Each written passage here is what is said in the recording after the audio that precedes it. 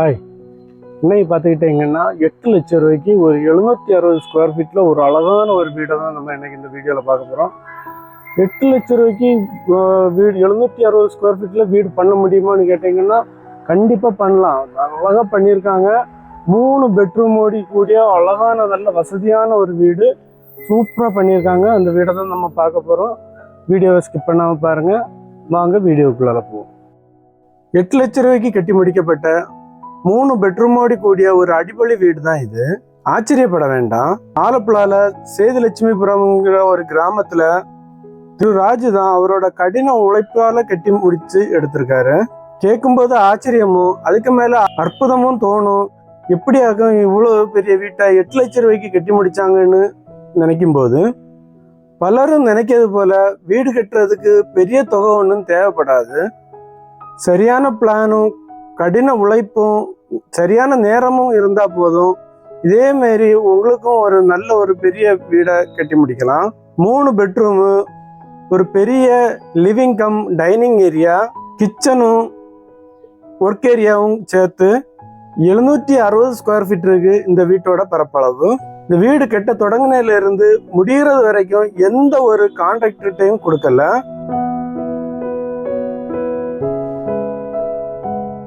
மணிச்சித்திரத்தால் பூட்டு போட்டிருக்கக்கூடிய இந்த வீட்டோட டோரை ஒன்று திறந்து பார்ப்போம். ஆத்ம திருப்தியும் அபிமானமும் நிறைஞ்ச ஒரு அழகான புஞ்சிரி. நீளத்துல நல்ல வசதியான ஒரு தளம் தான் இந்த ஹாலுக்கு.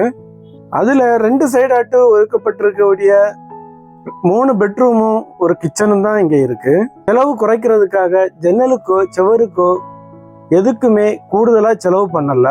2 கோட்டு புட்டி போட்டு விலகுன்ன பெயிண்ட் அடிச்சு தரைக்கு கிரானைட் போட்டு நல்ல பால் சீலிங்கும் பண்ணி நல்ல லைட்டிங்கும் பண்ணி எடுத்தாச்சுன்னா இந்த வீட்டுக்கும் ஒரு 30-35 லட்சம் ரூபா மதிக்கும். ஆனா சுகமா தூங்குறதுக்கும் சந்தோஷமா வாழுறதுக்கும் இதெல்லாம் தேவை இல்லைங்கிறத நிரூபிச்சு தராரு ஆட்டோ டிரைவரான இவரு. லேபர் சார்ஜ் தான் வீட்டுல மிகப்பெரிய செலவா இருக்குது.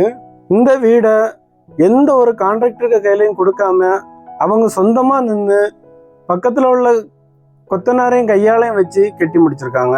அதுதான் செலவு குறைக்கிறதுக்குள்ள ஒரு முக்கியமான ஒரு காரணம். இப்படி இவ்வளவு செலவு குறைஞ்சுன்னு கேட்டதுக்கு கடின உழைப்பு தான் காரணம் அப்படிங்கிறது தான் பதிலா வந்துச்சு. வீடு ரோட்டுக்கு பக்கத்துல இருந்தது தான் செலவு குறையதுக்கு இன்னொரு முக்கியமான காரணம். லைஃப் மிஷன்ல கிடைச்ச சின்ன தொகையும் அவங்க வாழ்நாள் ஃபுல்லா சேர்த்து வச்ச ஒரு சின்ன தொகையும் சேர்த்து தான் இந்த ஒரு அழகான வீடை கட்டி முடிச்சிருக்காங்க. ரொம்ப மென்மையான லாவெண்டர் கலர் போதும் இந்த வரவேற்பறைய அழகாக்குறதுக்கு. ஒரு ஆர்ச் போட்டு கிச்சனுக்கு போகிறதுக்கு ஒரு என்ட்ரி செய்திருக்காங்க. இந்த விசாலமான ஹாலில் ஒரு மூலையில் டைனிங் ஏரியாவை செட் பண்ணியிருக்காங்க.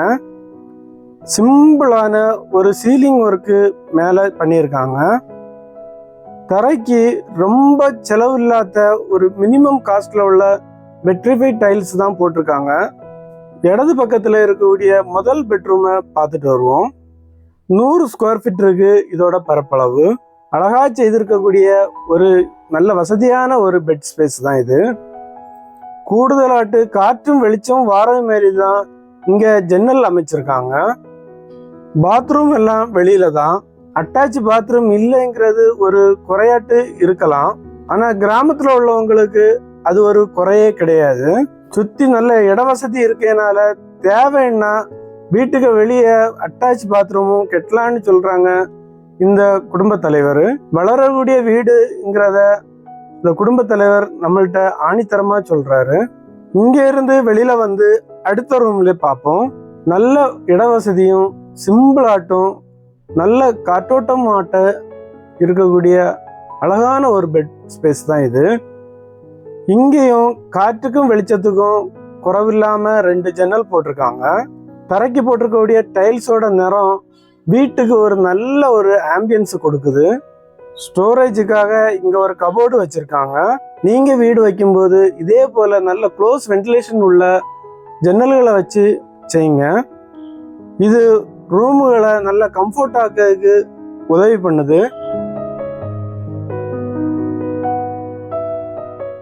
இனி ஹாலோட மறு சைடில் இருக்கக்கூடிய 3வது பெட்ரூமை பார்க்க போவோம்.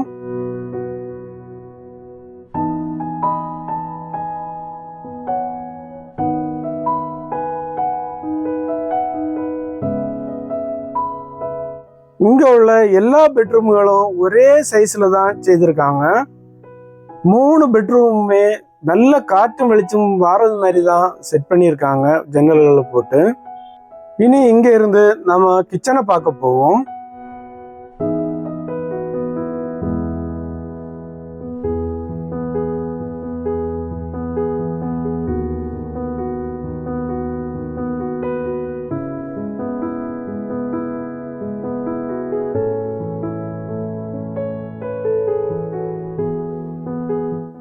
எண்பது ஸ்கொயர் ஃபீட் மட்டும் இருக்கக்கூடிய ஒரு அழகான ஒரு கிச்சன் தான் இது.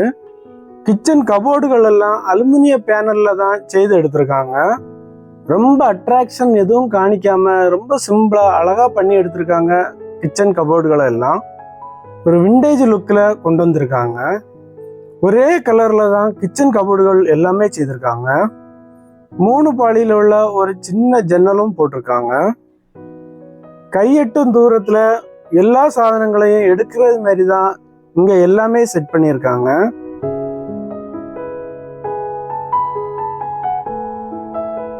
இனி கொஞ்சம் விசாலமா இருக்கக்கூடிய ஒர்க்கிங் ஏரியால போய் பார்ப்போம். 180 ஸ்கொயர் ஃபீட் இருக்கு இதோட பரப்பளவு. கொஞ்சம் கூட வருமானம் வந்துச்சுன்னா ஒர்க் ஏரியாவில் லாஸ்ட் சைடில் ஒரு காமன் டாய்லெட் கூட வைக்கிறதுக்கு ஐடியா போட்டிருக்காங்க. இனி நம்ம திரு ராஜுவை சந்திச்சு பேசுவோம். ഇതെൻ്റെ മോളാണ്. മോളുടെ പേര് പാർവതി. എനിക്കൊരു മോനുണ്ട്, 8ാം ക്ലാസ്സിലാണ് പഠിക്കുന്നത്. ഭാര്യയുണ്ട്. ഒരു കല്യാണ സംബന്ധമായ പുറത്തോട്ട് പോയിരിക്കുകയാണ്.